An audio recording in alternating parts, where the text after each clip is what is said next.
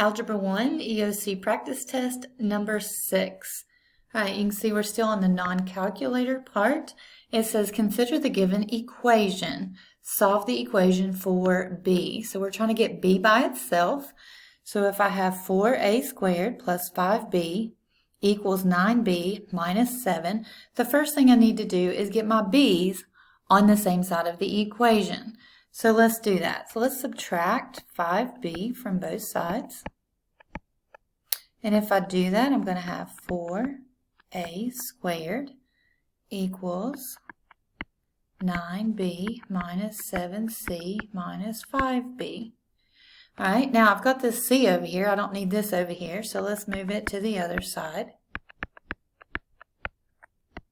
So I've got 4a squared plus 7c. These are not like terms, so we just write them beside of each other. And then we have 9b minus 5b, so that's 4b. We can combine those because they are like terms.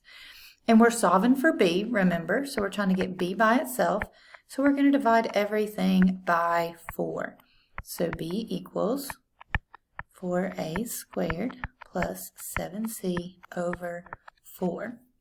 And you can see, even though my variable's on the right side instead of the left side, it doesn't matter. B is going to equal 4a squared plus 7c over 4. So this one has a minus.